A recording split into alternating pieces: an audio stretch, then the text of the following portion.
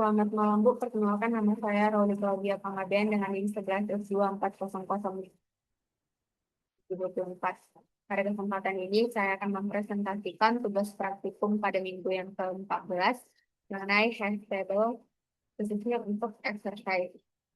Nah, di sini kami disuruh untuk mengerjakan soal di mana di sini tersedia dataset DNS cache lokal yang berisikan dataset yang berjumlah rekod DNS cache yang bisa kita lihat di tabel berikut. Kemudian juga diberikan dataset DNS cache lokal. Di sini kita gunakan fungsi hash yaitu ASCII sum modulo untuk mengkonversi key. Dan kita dapat menggunakan tabel ASCII huruf ini sebagai referensi dari tugas praktikum yang ke-14 ini. Nah, jadi pada tugas ini diberikan soal yang pertama, tanpa menghandle collision, lakukan hashing terhadap domain name yang ada di dataset, di mana ukuran dari table adalah 20, kemudian insert data ke dalam tabel secara duplikasi.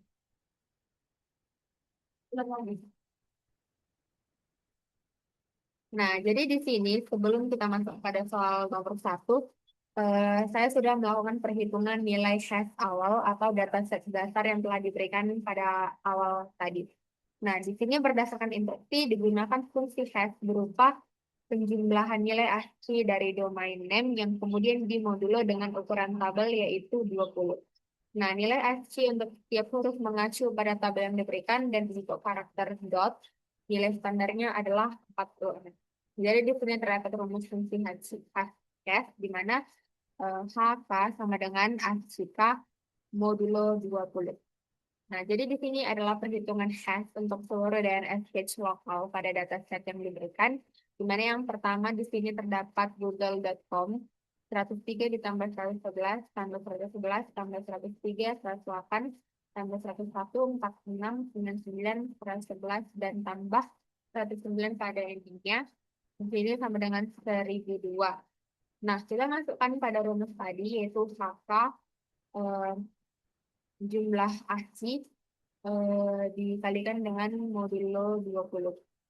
Nah, di sini ada 1002 dikali modulo 20 itu sama dengan 2. Dan untuk youtube.com di sini menghasilkan 6, facebook.com 11, instagram.com itu 11, github.com 8, shopee.com 9, dan kemudian twitter.com 12, tiktok.com 7, dan zoom.us sama dengan 11. Nah, jadi ini merupakan hasil dari perhitungan DNS cache lokal yang telah saya lakukan. Nah, jadi kita masuk pada soal nomor 1, di mana tanpa menghandle collision. Di sini kita lakukan hashing terhadap domain name yang ada di dataset, di mana ukuran dari table adalah 20, kemudian insert data ke dalam tabel secara berurutan. Nah, jadi pertanyaannya itu nomor 1, apakah semua data bisa diinsert? Nah, jawabannya itu tidak, karena tanpa mekanisme penanganan collision, data baru yang memiliki nilai hash sama dengan indeks yang sudah terisi sebelumnya tidak akan bisa dimasukkan secara optimal. Atau dalam kata lain, data akan ditolak atau justru menimpa data yang lama. Kemudian nomor 2, jika tidak, data mana yang akan mengalami collision dan indeks keberapa? Nah, karena tadi jawaban kita adalah tidak, maka data yang mengalami collision adalah instagram.com. Dia di sini mempunyai hash-nya 11 karena dia mengalami collision di indeks 11 karena indeks tersebut telah diisi lebih dulu oleh facebook.com. Kemudian zoom.us atau hash 11 di sini juga mengalami collision di indeks 11 sama dengan instagram.com karena indeks tersebut sudah diisi oleh facebook.com. Jadi di sini datanya ditolak atau justru menimpa data yang lama. Nah, kemudian soal nomor 2A. Di sini handle collision dengan open hashing. Nah, dengan metode open hashing atau chaining, menangani collision dengan menempatkan elemen-elemen yang memiliki hash sama ke dalam link list pada indeks tersebut. Nah, jadi di sini kita insert traveloka.com. Nah, nomor 1 pertanyaan dari insert traveloka.com adalah hitung hash traveloka.com dan dia array yang keberapa. Nah, total ASCII dari traveloka.com adalah 1334. Kita masukkan pada rumus tadi di mana jumlah ASCII dikalikan dengan modulo 20. Maka karena jumlahnya 1334 dikalikan modulo 20, hasilnya adalah 14. Kemudian, apakah dia collision jika ya dengan domain mana? Nah, di sini tidak terjadi collision karena berdasarkan data insight awal belum ada domain yang menempati indeks yang ke-14. Maka kita gambarkan kondisi hash table tersebut, di mana hash hanya menampilkan indeks yang terisi di dalam array 0 sampai 19. Jadi indeks kedua itu adalah google.com, indeks 6 youtube.com, indeks 7 tiktok.com, indeks 8 github.com, indeks 9 shopee.com, indeks 11 facebook.com, kemudian menuju instagram.com, dan menuju zoom.com. Kemudian indeks 12 twitter.com, indeks 14 traveloka.com. Nah, di sini terjadi new atau di mana elemen baru akan masuk ke sini, yaitu tadi insert traveloka.com. Nah, kita akan kembali pada find traveloka.com. Nah, jelaskan prosesnya sampai ditemukan. Jadi, proses traveloka.com sampai ditemukan, yang pertama itu sistem menghitung fungsi hash dari string traveloka.com dan mendapatkan nilai 14. Kemudian sistem langsung mengakses memori pada array indeks 14 dan sistem membaca isi node pertama pada link list di indeks tersebut atau 14 karena string traveloka.com langsung cocok dan data ditemukan dengan seketika atau O1 time complexity.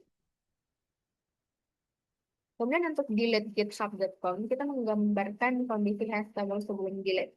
Nah, jadi sebelum delete itu ada indeks 7 tiktok.com, indeks 8 github.com, indeks 9 shopee.com.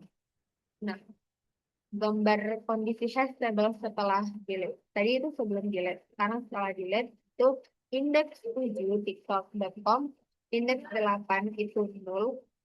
Karena not github.com dicabut dari link list dan pointer dikembalikan menjadi kosong, maka hasilnya 0. Kemudian indeks 9 itu shopee.com. Untuk soal 2B, handle collision close hashing.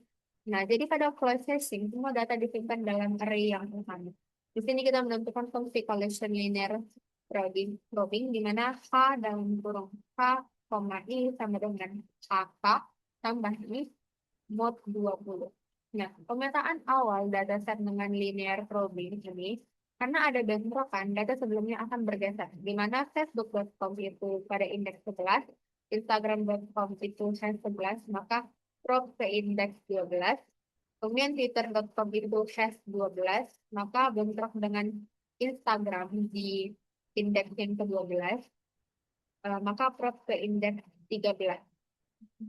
Kemudian zoom.us itu hash 11 karena dia bentrok di 11, kemudian dia tidak bisa dipindahkan ke 12 karena sudah ada instagram.com, kemudian tidak bisa dipindahkan ke 13 karena ada twitter.com, maka dia kita probe ke indeks 14. Kemudian insert traveloka.com. Nah, kita hitung hash traveloka.com dan dia array yang keberapa. Nah, jadi nilai hash awal dari traveloka.com itu jumlahnya 1334, kemudian dia dikalikan dengan modulo 20 sama dengan 14. Kemudian apakah collision jika ya dengan domain mana? Nah, ya, di sini terdapat collision, mana pada array indeks 14 sudah ditempati oleh domain zoom, yaitu di sini tadi zoom.us, maka hasil pergeseran probe sebelumnya. Jadi kita tunjukkan langkah probing. Di sini iterasi I sama dengan 0. Maka H K 0 sama dengan 14 modulo 20 sama dengan 14. Di sini terisi oleh zoom dan as, maka akan terjadi bentrok gitu. Jadi ketika kita memasukkan iterasi I-nya sama dengan 1, maka dia akan menjadi H K, I sama dengan 14 tambah 1 mod 20, maka hasilnya menjadi 15.